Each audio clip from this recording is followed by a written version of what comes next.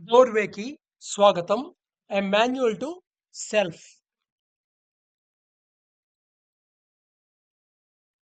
So see, look, focus, perceive, observe and witness.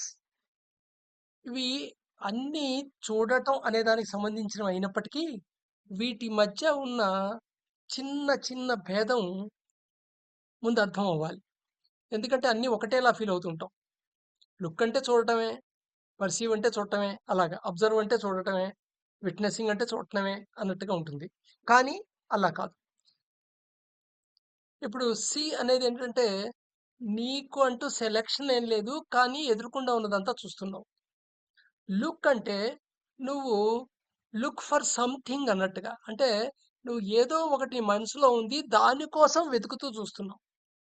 Focus ఉంది అంటే అక్కడ కనబడుతుంది, కనబడుతున్న దాంట్లో ఒకటి ఏదో ఇష్టమైంది లేదా ఇష్టం లేనిది ఉంది, దాన్ని చూస్తున్నావు. సో సికి, లుక్కి, ఫోకస్కి అంత తేడా ఉంది. సో అబ్జర్వ్ అనేది కేవలం చూడటానికే కాకుండా అన్ని సెన్సెస్ ని ఉపయోగిస్తూ దాని యొక్క ఇన్ఫర్మేషన్ సేకరించడం అని చెప్పచ్చు. ఇక పర్సీవింగ్ వచ్చేప్పటికి పర్సీవింగ్ చాలా డిఫరెంట్. నువ్వు చూసింటికి పర్సీవింగ్ కి చాలా తేడా ఉంది. పర్సీవ్ అనేది రెండు ప్రధానమైన ఆ ఫ్యాక్టర్స్ మీద ఆధారపడుతుంది. ఒకటి ఏంటంటే ఆబ్జెక్ట్ అండ్ బ్యాక్గ్రౌండ్ డివిజన్. నువ్వు ఒకటి ఆబ్జెక్టు, మిగతాదంతా బ్యాక్‌గ్రౌండ్ కింద డివిజన్ చేసుకుంటావు. దాన్ని బట్టి దాని యొక్క ఇది అనే అర్థం అవుతుంది నీకు. ఇది పర్సీవింగ్. అలాగే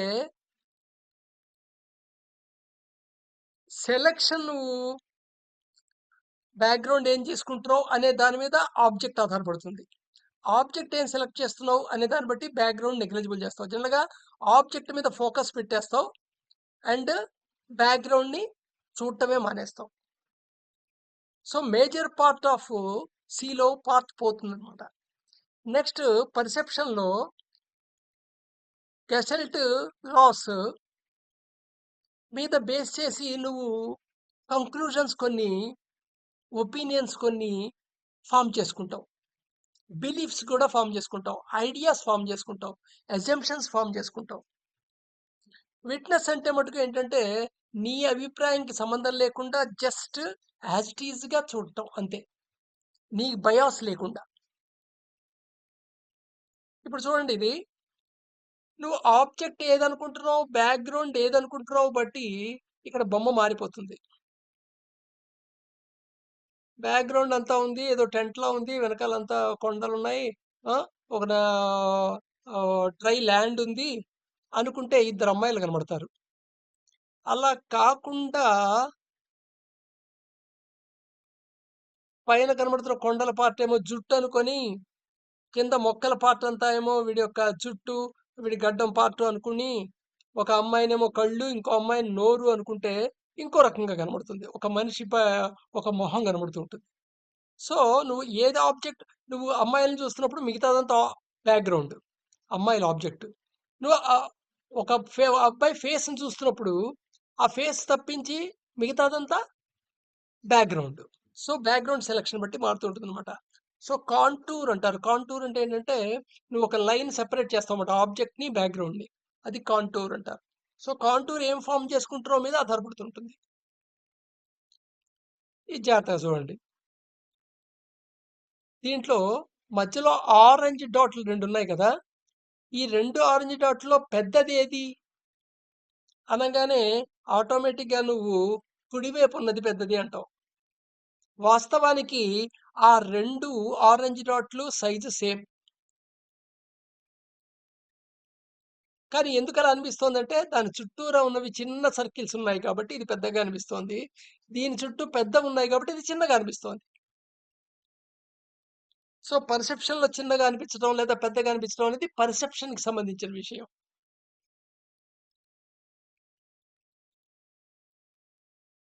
ఇక్కడ చూడండి, ముగ్గురు మనుషుల కింద ఉన్నాయి కదా, దాంట్లో ముగ్గురు మనుషులు ఒక చిన్న, ఇంకోటి అంతకంటే పెద్ద, ఇంకోటి పెద్ద అని అనిపిస్తుంటుంది. నిజానికి కాదు, మూడు ఒకే సైజులో ఉన్నాయి. కారణం ఏంటి అంటే బ్యాక్‌గ్రౌండ్‌లో అలాగా కాంకరెంట్ లైన్స్ ఉన్నాయి. అన్ని లైన్స్ ఒకవైపుకి ఒక పాయింట్‌లోంచి బయటకొస్తున్నట్టుగాను, లేదా ఒక పాయింట్ వైపుకి వెళ్తున్నట్టుగాను అలా ఉన్నాయి. సో, ఇలా ఇల్యూషన్ క్రియేట్ అవుతుందనమాట. సో, బ్యాక్‌గ్రౌండ్ యొక్క లక్షణం బట్టి నువ్వు పర్సీవ్ చేస్తున్నావు. ఇక్కడేం పర్సీవ్ చేస్తున్నావు? 3 సమానమైన బొమ్మల్లాగా. కానీ కాదు. నెక్స్ట్ నీ యొక్క డైమెన్షను, యాంగిల్ ఆఫ్ విజను, నీ పర్సెప్షను బట్టి ఆధారపడుతుంది. నువ్వు ఎలాంటి డైమెన్షన్‌లో పర్సెప్ట్ చేస్తున్నావో బట్టి అదే విషయం నీకు ఒక విధంగా అనిపించొచ్చు. ఇంకోడికి ఇంకో విధంగా అనిపించొచ్చు. ఉదాహరణకి 6 ఇటేపు నుండి చూస్తే 6 అటేపు నుండి చూస్తే 9. ఈ పై దాంట్లో చూడండి లా ఆఫ్ సిమిలారిటీ అంటారు. సిమిలర్ అన్ని కలిపి ఒక సెట్ కింద చూస్తుంటావు నువ్వు. ఈ ఫస్ట్ డయాగ్రామ్‌లో బొమ్మలో ఎర్ర డాట్స్ అన్నీ ఒక సెట్టు, అలాగే బ్లాక్ డాట్స్ అన్నీ ఒక సెట్ కింద కనబడుతూ ఉంటాయి. మొత్తం అన్ని డాట్స్ అయినప్పటికీ. ఎందుకంటే సిమిలర్ అవన్నీ కలుపుతూ ఉంటావన్నమాట. ఈ లా ఆఫ్ సిమిలారిటీ బట్టి నువ్వు ఒపీనియన్స్ ఫార్మ్ చేసుకుంటూ ఉంటావు. వీడు అలాంటి వాడే, వీడు అలాంటి డ్రెస్సులే వాడుతున్నాడు కాబట్టి వీడు కూడా వాడి మెంటాలిటీ వాడే, వీడు బలానా క్యాస్ట్‌కి చెందినవాడు కాబట్టి బలానా క్యాస్ట్ వాడు నాకు అంతకుముందు అన్యాయం చేశాడు. ఈ క్యాస్ట్ వాళ్ళందరూ అన్యాయం చేస్తారు. ఈ ఊరు వాళ్ళందరూ అన్యాయం చేస్తారు. సో, ఇలాంటి కంక్లూజన్స్ అన్నీ లా ఆఫ్ సిమిలారిటీ నుంచి వస్తాయి. దాని తర్వాత బొమ్మ చూడండి. ఇది మీకు తెలుసు ఆల్రెడీ. ఒలింపిక్ యొక్క గుర్తు. ఈ మొత్తం బొమ్మ ఒక వేరే మీనింగ్‌ని ఇస్తుంది. దీన్ని లా ఆఫ్ ఫ్రాగ్రెన్స్ అంటారు. సో, టోటల్ ఆబ్జెక్ట్ కలిపేసి ఒక అర్థం క్రియేట్ చేస్తుంటుంది.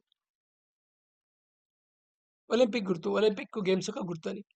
అలాగే లా ఆఫ్ ప్రాక్సిమిటీ చూడండి. ఇక్కడ సన్నిహితంగా ఉన్న డాట్స్ దూరంగా ఉన్నాయి కాబట్టి ఈ మొత్తం కలిపి ఒక ఆబ్జెక్ట్ కింద చూడవు.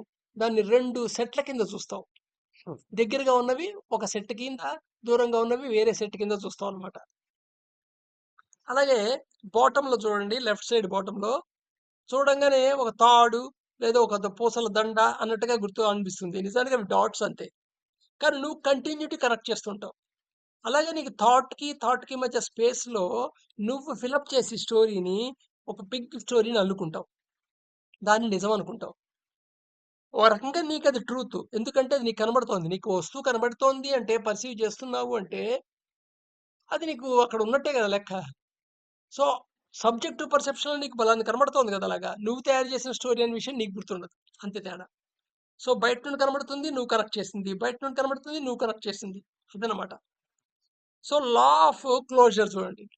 ఇక్కడ ఇది చూడంగానే ఏదో ఇంకో ట్రయాంగిల్ కూడా ఉంది. ఆ ట్రయాంగిల్ తెల్లటి ట్రయాంగిల్ ఆ!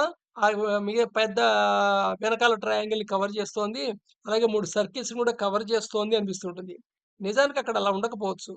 జస్ట్ సెక్టర్ కట్ కట్ చేసి ఉండొచ్చు. అలాగే ట్రయాంగిల్ పూర్తిగా గీయకుండా మధ్యలో గ్యాప్స్‌తో గీసి ఉండొచ్చు.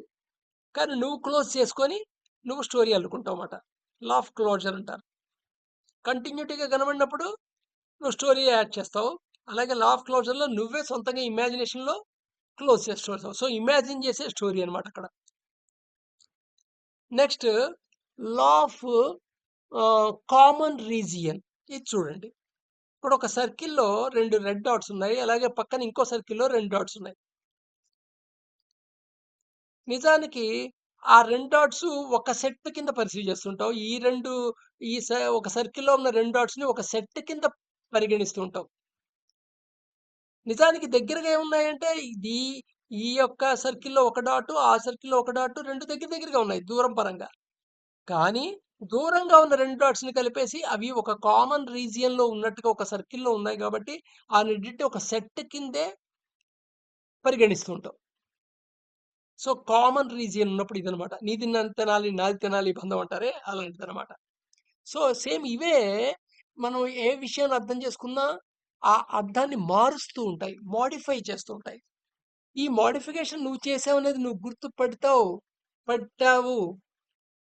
నువ్వు ఎగ్జాక్ట్‌గా నియర్ బై అవుతుంటావు. అదర్‌వైజ్ ఇల్యూజన్‌లోనే ఉంటావు. సో, ఇవే కాకుండా మనం అర్థం చేసుకోవటంలో మటుకు బోలెడు బయాస్‌లుంటాయి. బయాసెస్ అని మీరు నెట్‌లో కొట్టండి. చాలా బయాస్‌లున్నాయి. రకరకాల బయాస్‌లు. ఈసారి ఎప్పుడైనా అవకాశం దొరికినప్పుడు దాని గురించి మాట్లాడుకుందాం వేరే వీడియోలో. సో, ఆ బయాసెస్ ద్వారా నువ్వు ఉన్నది కాకుండా మోడిఫై చేస్తావన్నమాట. సో, అది ఇన్‌కరెక్ట్ నాలెడ్జ్ అవుతుంది. యాజ్ ఇట్ ఈస్‌గా ఉన్నది ఉన్నట్టుగా మాత్రం అర్థం చేసుకోవటాన్ని కరెక్ట్ నాలెడ్జ్ అంటాం మైండ్ మోడిఫికేషన్‌లో. నువ్వు నువ్వు కొంత పులిహార కలిపితే అలా అర్థం చేసుకున్న దాన్ని ఇన్‌కరెక్ట్ నాలెడ్జ్ అంటాం.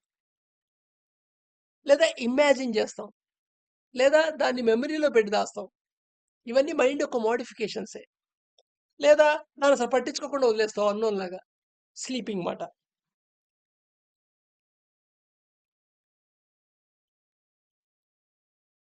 రేపు మిగతా